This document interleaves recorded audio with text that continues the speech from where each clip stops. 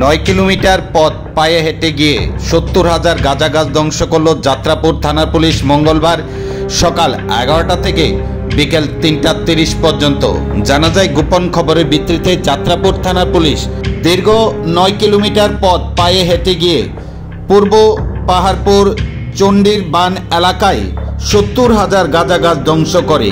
জানা যায়, গাঁজা কারবারিরা পূর্ব পাহাড়পুর চণ্ডীর বান এলাকায় সরকারি ভূমি দখল করে এলাকায় বিশাল গাঁজা বাগান তৈরি করেছেন।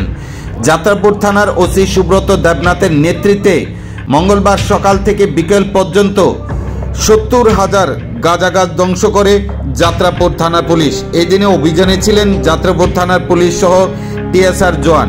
সকলে মিলে গাঁজা কারবারিদের তৈরি করা সেই গাঁজা বাগান ধ্বংস করে। অপরদিকে দূর থেকে তাকিয়ে রক্তচক্ষে দেখতে থাকে পুলিশের এই গাঁজা বাগান ধ্বংস অভিযান গাঁজা কারবারিরা। তবে পুলিশের এই অভিযান জারি থাকবে বলে জানান ওসি সুব্রত দেবনাথ।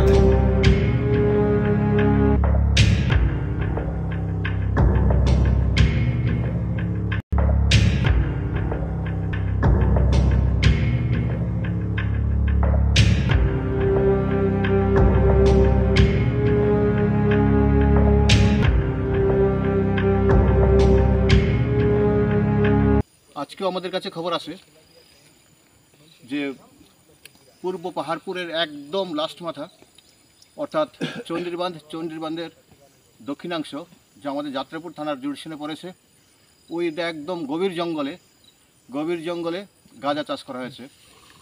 তো উক্ত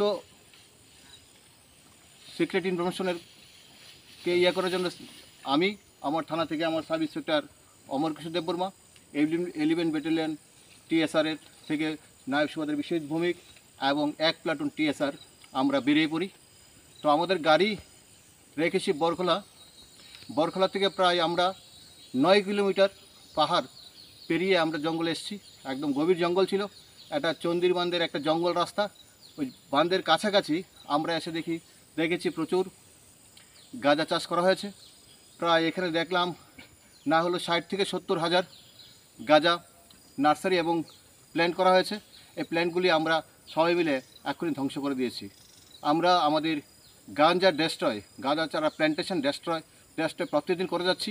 যেখানে আমরা খবর আসবে আমরা সম্পূর্ণ ডেস্ট্রয় করে দেব। Thank you.